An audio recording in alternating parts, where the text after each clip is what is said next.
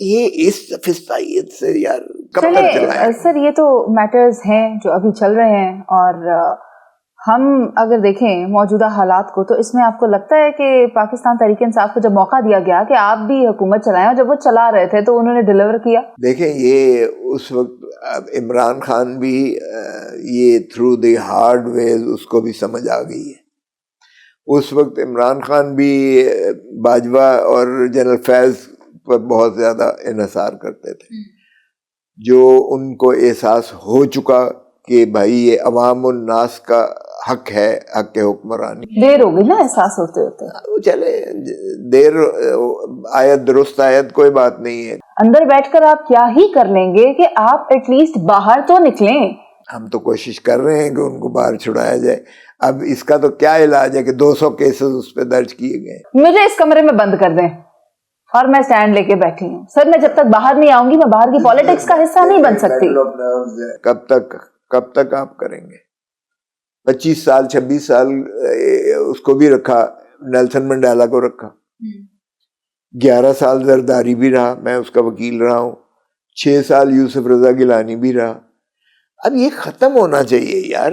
جب میں نے اس کا آخری بیل کروائی زرداری صاحب کی تو کہتے ہیں کہ خوش نہ تھی، ہم سرائکی بولتے ہیں زرداری صاحب، خوش نہ تھی حالی یا میں وزیر اعظم ہاؤس چونا یا میں جیل چونا، حالی میری باری نہیں آئی پرائم منسٹر ہاؤس دی. وہی ہوا جب مچلکا آخری داخل کروایا ہم نے تو انہوں نے BMW کا ایک تھکا ہوا کیس ڈال دیا 2 سال اور اس کو جیل میں رہنا پڑا. یہ نہیں ہونا چاہیے یار. آپ اب بھی وہ پرائم منسٹر ہے، اب کیا مطلب ہے؟ وہ واٹ از یور لیگیسی؟ اب مجھے بتائیں سبسٹیٹیوٹ کوئی ہے؟ بے نظیر کا سبسٹیٹیوٹ ہے، ذوالفقار علی بھٹو کا سبسٹیٹیوٹ ہے، اس کا عمران خان کا کوئی سبسٹیٹیوٹ ہے؟ 90% لوگ اس کے ساتھ ہیں.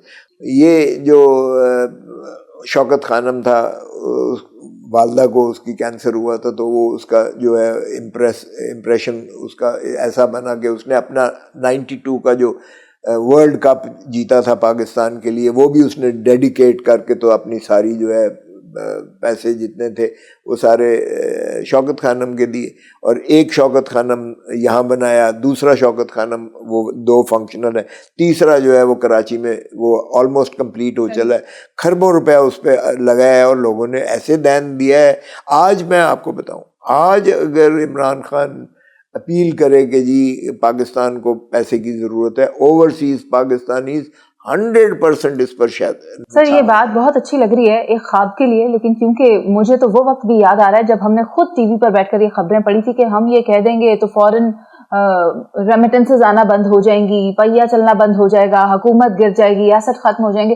میں نے وہ سب باتیں بھی سنی. اور جہاں آپ اسپتالوں کی بات کر رہے ہیں شوکت خانم کی، تو آج سندھ میں جو کینسر کے حوالے سے مفت علاج فراہم کرنے کے لیے مشینری سائبر نائف کی موجود ہے، میں نے وہ پورے پاکستان میں کہیں نہیں دیکھی. اور ابھی ایک نیا کینسر ہاسپٹل بھی بنا ہے. تو آہستہ آہستہ وقت کے ساتھ ہم دیکھ رہے ہیں کہ ترقی تو ہو رہی ہے. سر آپ اور میں مل کر یہ دعا گو ہیں کہ پاکستان بہتری کی جانب جائے، ترقی کی جانب جائے. آپ نے ہمیں خصوصی وقت دیا سر ڈار لطیف کھوسہ صاحب، بہت شکریہ آپ کے وقت کا. آپ سے اجازت چاہیں گے اور اپنے ناظرین سے بھی کہیں گے کہ پروگرام دی آنیسٹ ٹاک سے ابھی کے لیے اجازت دیں. انشاءاللہ آپ سے دوبارہ ملاقات ہوگی ایک نئے مہمان کے ساتھ. ابھی کے لیے اللہ نگہبان.